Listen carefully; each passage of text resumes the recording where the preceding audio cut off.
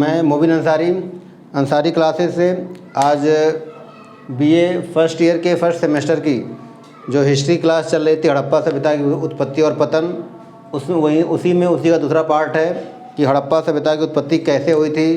तो पहला हम बता चुका था, पहला पॉइंट कि हड़प्पा सभ्यता की उत्पत्ति मेसोपोटामिया के द्वारा हुई। आज दूसरा पार्ट है कि हड़प्पा सभ्यता की उत्पत्ति आर्यों के द्वारा हुई थी।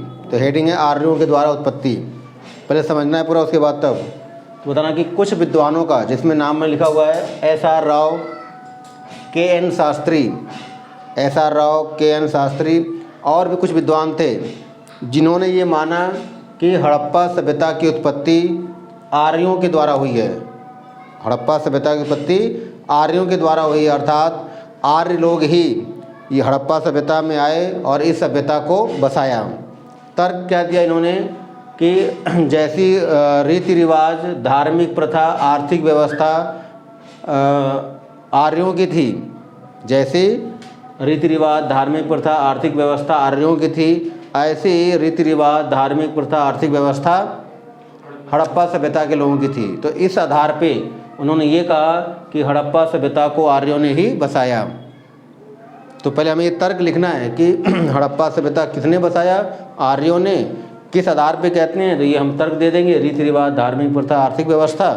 फिर बाद में कुछ विद्वानों ने आर्यों द्वारा हड़प्पा सभ्यता की उत्पत्ति हुई इसका विरोध किया। उनका कहना था कि हड़प्पा सभ्यता को आर्यों ने नहीं बसाया। अब उन्होंने क्या तर्क दिया, तो पहला तर्क है उन्होंने कहा कि जो वैदिक सभ्यता थी, ध्यान सुनना पड़ेगा, वैदिक सभ्यता एक ग्रामीण सभ्यता थी। ठीक, वैदिक सभ्यता मतलब आर्यों की जो सभ्यता थी वो ग्रामीण सभ्यता थी, जबकि हड़प्पा सभ्यता एक नगरीय सभ्यता थी। हड़प्पा सभ्यता एक नगरीय सभ्यता थी।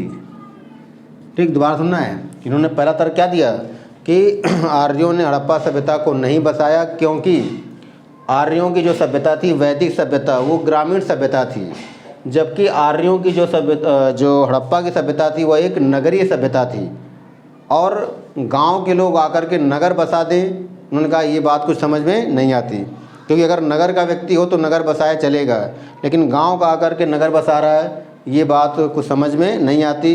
तो पहला अंतर कहा कि हड़प्पा सभ्यता नगरीय सभ्यता, जबकि आर्यों की सभ्यता ग्रामीण सभ्यता थी, इसलिए आर्य इनकी उत्पत्ति या आर्य इनके संस्थापक नहीं थे। दूसरा पॉइंट क्या कहा गया कि जो आर्य लोग थे उनका जो सबसे प्रिय पशु था, आर्यों का सबसे प्रिय पशु क्या था, घोड़ा। आर्यों का सबसे प्रिय पशु क्या था, घोड़ा था, जबकि हड़प्पा सभ्यता के लोग घोड़े से परिचित नहीं थे। हड़प्पा सभ्यता के लोग घोड़े से परिचित, तो यदि आर्यों ने हड़प्पा सभ्यता को बसाया तो फिर यहाँ के लोग घोड़े से परिचित क्यों नहीं थे। तो इससे ही पता होता है कि ये लोग, इसका मतलब कि आर्यों ने हड़प्पा को नहीं बसाया। तीसरा अंतर क्या है कि आर्य लोग युद्ध करते थे, इनके लोहे के अस्त्र शस्त्र होते थे, तो इसका मतलब ये लोग लोहे से परिचित थे। ये लोग लोहे से परिचित थे। ठीक, लोहे से परिचित थे, जबकि हड़प्पा सभ्यता के लोग लोहे से परिचित नहीं थे। हड़प्पा सभ्यता के लोग लोहे से परिचित नहीं थे।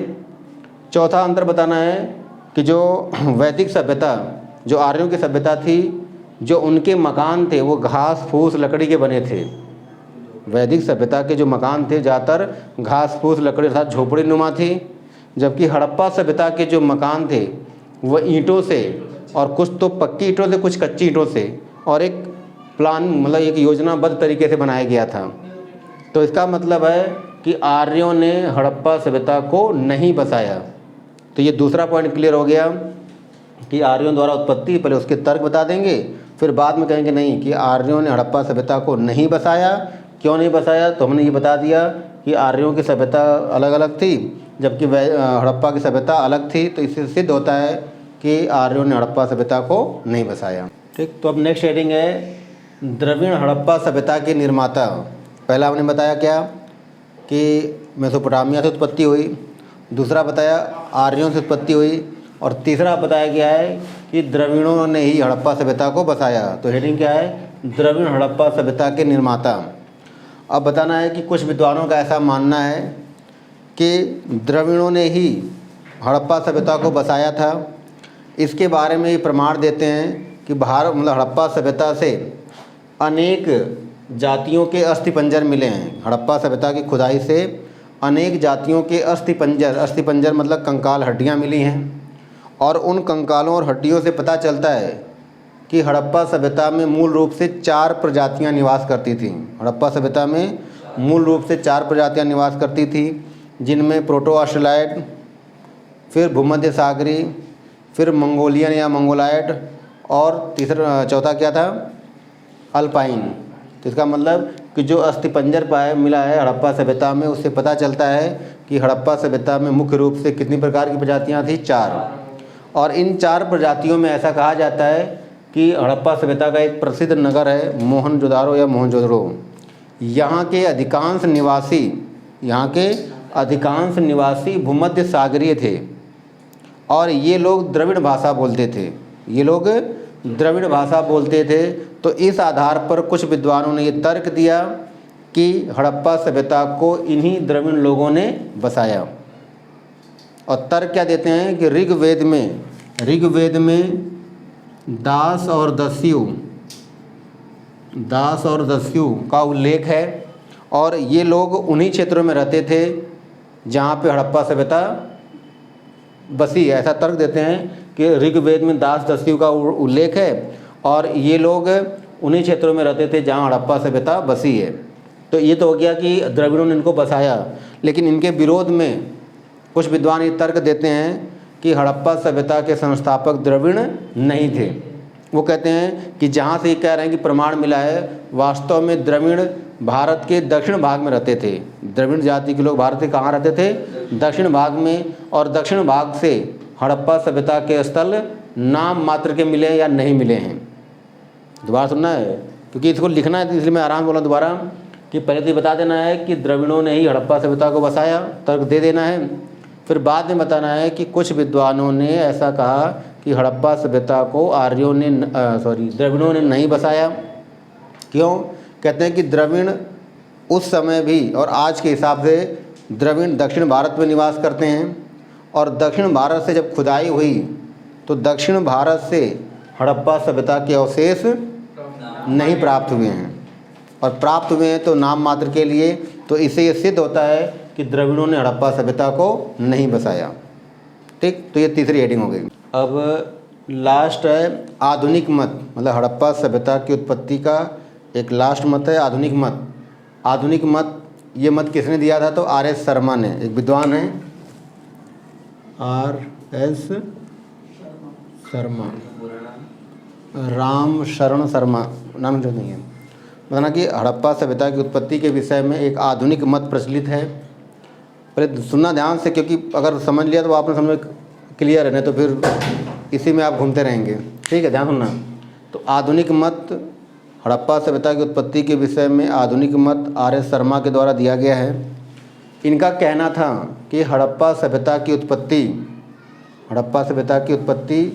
या हड़प्पा सभ्यता के जो जन्मदाता थे वो यहीं की एक आदिवासी या निवासी थी, जो जिसे मुंडा नामक जनजाति कहते हैं। मुंडा नामक जनजाति, ध्यान सुनना पहले। तो इन्होंने क्या बताया कि भारत में मुंडा नामक एक जनजाति निवास करती थी और उस मुंडा नामक जनजाति जो कि वस्तुओं का निर्माण करते थे, जो क्या करते थे? वस्तुओं का निर्माण करते थे। और ज़्यादातर वस्तु ये लोग तांबे की बनाते थे। और ये मुंडा नामक जनजाति वर्तमान कहाँ पे रहते हैं? तो ये वर्तमान झारखंड, ठीक, झारखंड में रहने वाली एक जाति है संथाल। तो इनका जो तुलना की जाती है, इनकी समानता वो झारखंड में रहने वाली संथाल नामक जाति से की जाती है। दोबारा सुनना है कि R.S. शर्मा का कहना है कि हड़प्पा सभ्यता की उत्पत्ति या हड़प्पा सभ्यता के जनक मुंडा नामक एक जनजाति थी, जो लोग क्या करते थे?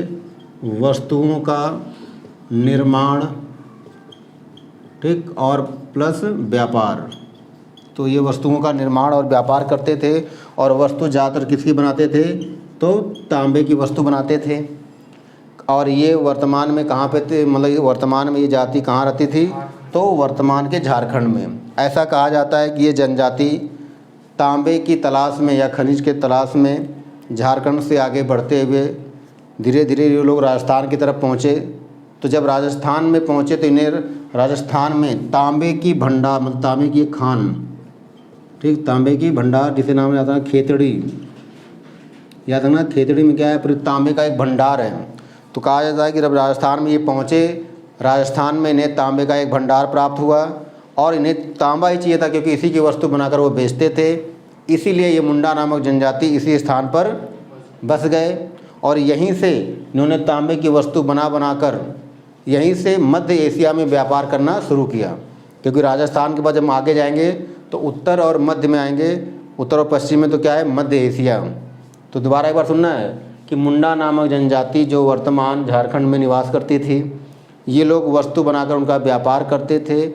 ये लोग धातु की तलाश में झारखंड से आगे बढ़ते गए। जब ये कहाँ पहुँचे, राजस्थान। कहाँ पहुँचे, राजस्थान।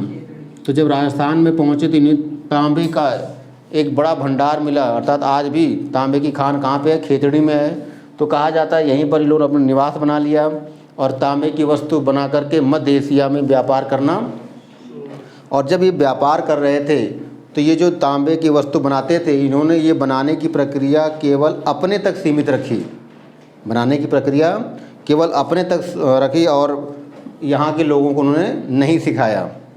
और कहा जाता है कि लगभग 18वीं शताब्दी के आसपास, कब, तो 18वीं शताब्दी